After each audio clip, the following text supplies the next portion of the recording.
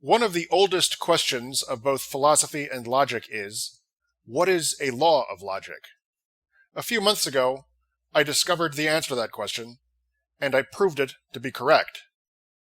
I state that theorem in its exact form, as well as the proof for it, in my audiobook, What is a Law of Logic?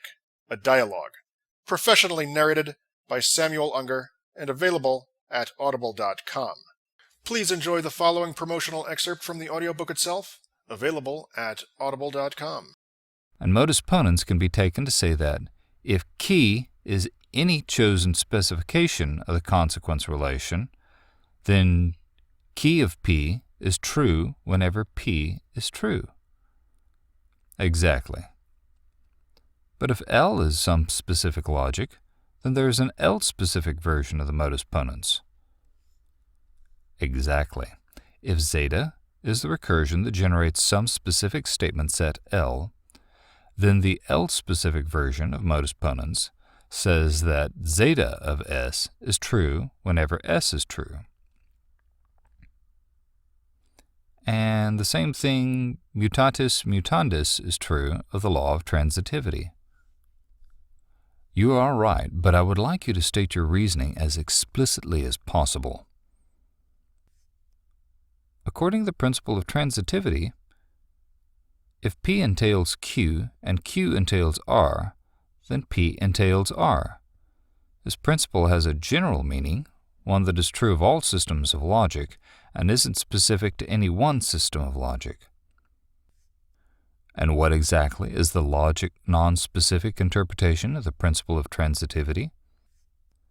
That given any truth-preservative recursion phi of P is true when P is true. Exactly.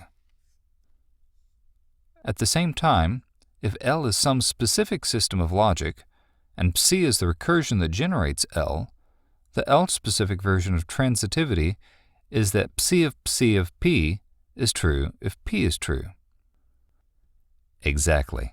The L-specific version of transitivity doesn't talk about all truth-preservative recursions. It only concerns Psi. And everything we have just said about modus ponens and transitivity is also true of modus tollens, as being the principle that if P entails Q and Q is false, then P is false. That's right. But I don't see how to extend this line of reasoning to other laws of logic, such as double negation, excluded middle, and non-contradiction. Actually, the justifications, and therefore the very meanings of those statements, are to be understood in terms of the very points you've been making, and there is no other way to understand them. Please explain. Consider the so-called law of excluded middle. Either P or not P. Right. Suppose you deny it. What follows? That P may be neither true nor false.